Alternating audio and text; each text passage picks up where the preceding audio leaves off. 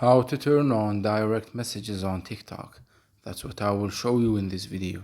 But before we begin, make sure to subscribe to the channel and ring the bell to get notified whenever a new video is uploaded. With that said, let's get started. So go ahead and open up TikTok. And once you do that, click on the profile icon at the bottom right. Then click on the three lines at the top right corner of your screen.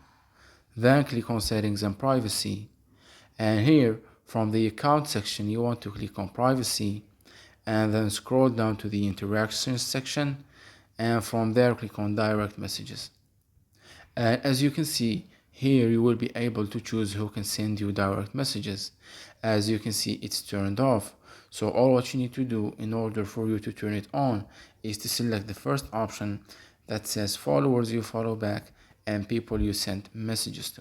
And this way you will turn on the direct messages, and also you can turn on or off this filtered request, from which messages from people they suspect based on their account history will appear in the filtered request until you reply to them, and you won't be notified of a new filtered request. So choose whether you want this on or off. So that was it for this video. That's how you can enable the direct messaging feature on TikTok.